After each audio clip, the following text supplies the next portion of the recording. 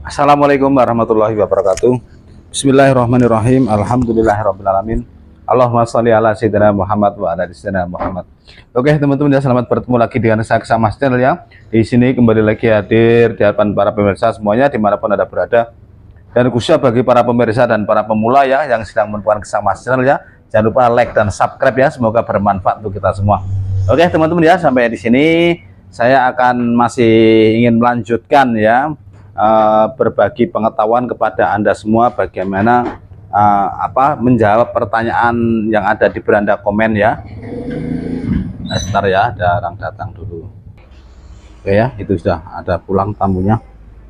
Oke, saya akan bacakan pertanyaannya ya. Yang pertanyaan ini butuh beberapa penjelasan ya, jadi tidak mudah untuk ngetiknya ya, lama ya, mau dikasih suara juga nggak bisa ya di ruang komen kan gitu. Assalamualaikum Pak D. Waalaikumsalam. Apa penyebab nyetrum ya? Karena apa saja ya? Pompa celup 2 inci kondisi baru 2 minggu nyetrum. Baru 2 minggu nyetrum ya. Sudah dicek tester gulungannya nggak kontak bodi, tapi kalau diisi oli dan dicolok maka bodi dan airnya ada setrumnya. Apa oli ada merembes airnya tapi nggak putih olinya? Oke, akan saya jelaskan ya. Intinya pompa air rendam ya, submersible itu nyetrum gitu ya, airnya yang keluar nyetrum. Dan nah, kalau dioperasikan tuh nyetrum, mungkin juga kalau dangkal pompanya pun nyetrum, airnya juga nyetrum ya. Jadi ini judulnya pompa air nyetrum ya. Itu ada beberapa faktor. Pompa rendam nyetrum, begitulah ya, kira-kira tulisannya begitu. Saya nggak pinter nulis ya, saya nggak pernah sekolah. Oke, pompa air rendam nyetrum itu faktor pertama. Faktor pertama kali ya ini. Maksudnya pertama itu kadang-kadang tidak harus lama, tidak harus pompa air lama. Pompa air baru juga bisa nyetrum. Apa sebabnya? Ini saya ambilkan satu buah contoh mesin yang baru datang nih. Tamu kita tadi bawa pompa air rendam pas teman-teman ya. Penyebabnya ini saya angkat pompa air rendam ini yang setengah HP atau mungkin kurang ini, yang ukuran 3 inci ya, kecil. Jadi pertama, sambungan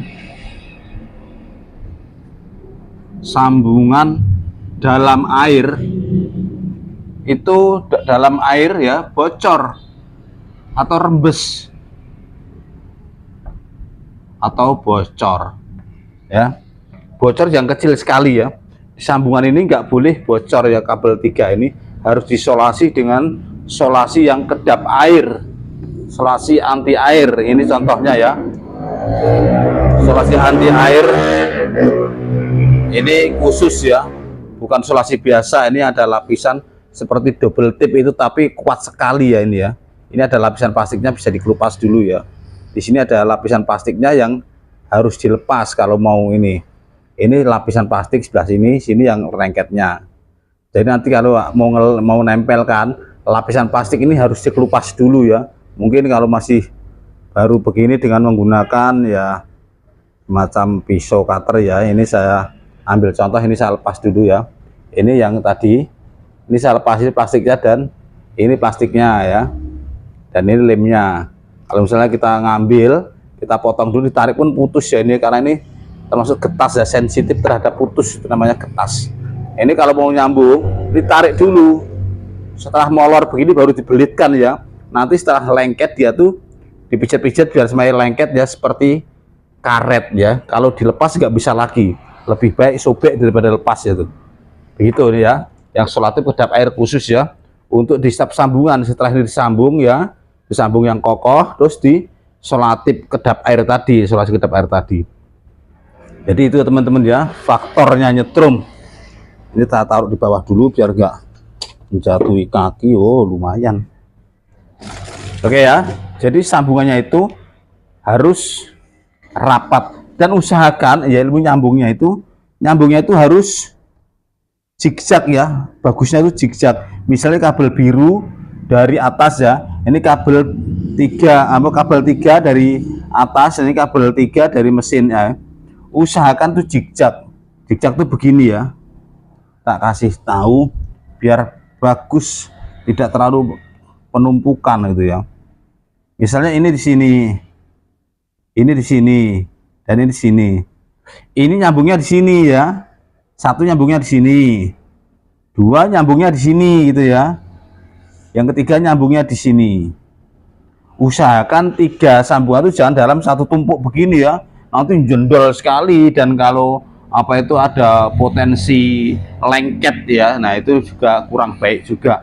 Habis di apa bagusnya di zigzag begini, tidak ketemu dalam satu tumpukan. Kalau misalnya nanti disonasi lagi, didobel, ditutup semua, itu enggak terlalu tebel dan juga tidak terdapat tumpukan gitu ya, cara menyambungnya gitu. Nah ini kalau bocor, ada yang nyentuh ke air, ada 2 potensi. Yang satu, kalau nggak nyetrum mesinnya mati ya. Karena apa? Mesinnya kalau bocornya itu besar ya, besar kecil ancamannya mati juga lama-lama ya. Matinya karena apa? Setrum itu hilang di air ya, hilang di dalam air. Jadi malah airnya yang terisi setrum. Nah ini nanti lama-lama mesinnya mati. Kok dites di darat hidup, ketika belum dimasukkan hidup, ketika dimasukkan kok nggak ada suara, mati, dengung aja dikit misalnya, itu kabelnya bocor ya, dalam sambungan tuh bocor di air itu ya. Tapi ini potensinya lebih ke arah mati ya mesinnya ya, nggak hidup. Kalau nyetrum dikit aja, kalau misalnya masih awal-awal nyetrum mungkin karena baru mulai bocor, tapi lama-lama mati juga mesinnya itu. Yang kedua, oli bercampur air ya. Oli ini biasanya kalau mesin rendam yang sudah agak lama ya, kalau mesin udah belum begitu lama juga kok masih bocor, itu biasanya nyalanya itu hari-hari nyala terus ya. Misalnya untuk pondok pesantren, untuk industri, untuk Pamsimas yang nyalanya tuh apa, dalam sehari itu bisa puluhan jam, 10 jam ke atas sampai 15 jam, meremat aja, kadang-kadang mesinnya istirahat ya. Nah itu dalam waktu nggak begitu lama, misalnya kok nyetrum, itu ada air masuk melalui sil atas maupun sil bawah ya. Jadi oli, kalau oli itu nggak menghantar setrum ya, oli yang merendam dinamo itu nggak akan menghantar setrum. Tapi apabila ada potensi air masuk yang sedikit itu, nah itu yang bikin nyetrum, tapi masih bisa mutar. Tapi kalau sudah semakin bertambah airnya, air olinya sebagian keluar dan airnya sebagian masuk bertambah lagi, itu nanti pertama menaikkan ampere ya, menaikkan ampere, sehingga ampere naik, terus dalam box itu ada otomatisnya itu ya, MCB itu kontaktornya itu jeglek-jeglek sendiri. Nah itu berarti pertanda bahwa itu sudah yang disampaikan tadi ya. Ini contohnya box ya, ini sudah diambil ya ini. Di sini ada centilan hitam itu yang nongol, itu jeglekan. Itu jeglekan apabila dihidupkan nggak lama jeglek, itu ada potensi dinamonya kerendam air ya. Walaupun belum banyak, masih ada olinya, tapi olinya itu sudah kemasukan air, itu waktunya diganti oli ya. Dilepas dari tutup bawah itu tadi ya, tutup bawah itu dilepas ya, dicungkil, karetnya dilepas, terus dituang ya, bahasa Cinanya itu disuntak ya, disuntak, terus olinya tuntas sampai habis, syukur-syukur dicuci, dibilas dengan bensin, terus dituang lagi sampai asat lagi ya, baru ditukar dengan oli baru. Nah, nanti pertama ampernya akan bagus lagi, nggak jeglek-jeglek lagi dan nggak nyetrum lagi. Kalau memang nyetrumnya itu dari situ. Jadi kalau mesin rendam itu memang harus ganti oli secara berkala ya.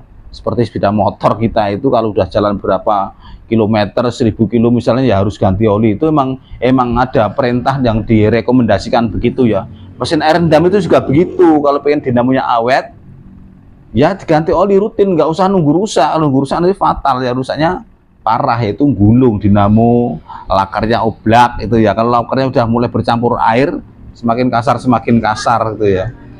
Nah, oli bercampur air. Potensi yang ketiga kalau dia itu nyetrum, biasanya sambungan kabel di dalam, sambungan kabel di dalam itu kontak bodi.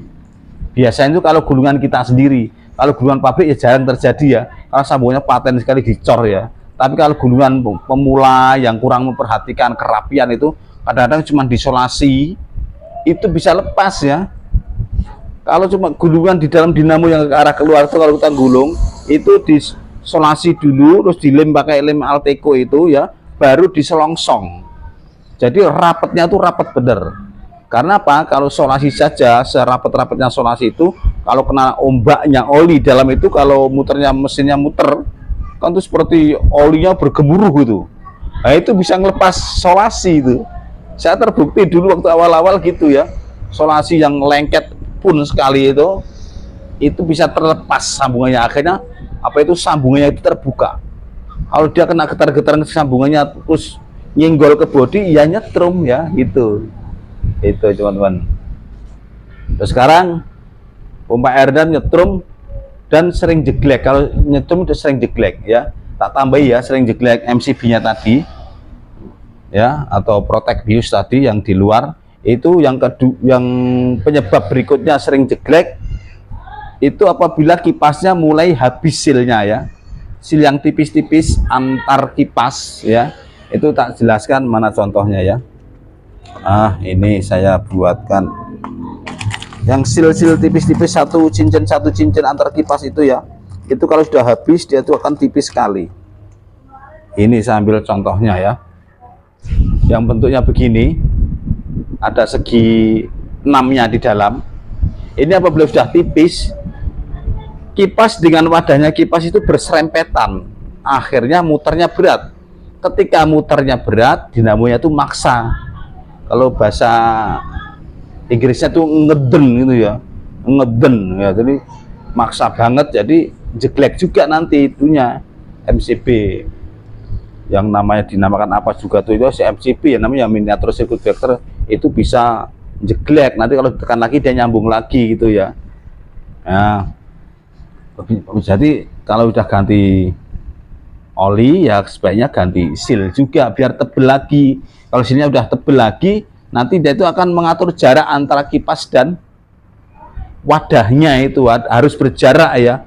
Jadi dia tuh nggak mudah serempetan. Kadang-kadang pasir atau lumpur itu lewat, itu menyebabkan dia itu seret muternya. Kalau apabila sumur bor kita potensi berpasir atau potensi berlumpur, itu harus sering-sering ganti seal ya, misalnya setahun sekali gitu. Ganti oli ya ganti seal sekalian, atau silnya ditata ulang. Kadang-kadang yang sudah kelewat lama itu silnya habis ya, rapuh seperti apa ya, gapuk lah ya gitu, rapuh lapuk gitu, itu akan patah-patah dan hilang kesedot, maka dia semakin kecil keluarnya, dan antara kipas dan wadahnya itu berserempetan ya kalau tanpa seal gitu. Ya, itu penting sekali perawatan berkala ini ya. Jadi setiap kalau untuk rumah tangga itu 1,5 tahun lah bisalah ganti oli ya, nanti periksa seal sekalian yang naik. Nanti kalau untuk industri, untuk pondok pesantren, untuk pamsimas ya, itu sebaiknya ya nggak sampai setahun, itu udah kelamaan ya, mungkin 6 bulan atau 7 bulan sekali diangkat sendiri, diganti oli dan diganti seal-sealnya. Kalau ganti sealnya nggak bisa nata ya, bawa ke bengkel ya, bawa ke tempat kita nggak apa-apa, baru nanti akan normal lagi gitu. Karena semakin banyak kotoran yang ada di dalam antara kipas ya, kipas-kipas impeller lapis banyak itu membuat air itu semakin kecil, nanti ya semakin berat muternya, airnya semakin kecil, terus gampang jeglek, makan strumnya banyak, ampernya naik, efeknya dinamo gampang panas, mateng kawatnya gitu ya kalau terlambat servis berkala itu. Jadi penting solusinya itu servis berkala ya.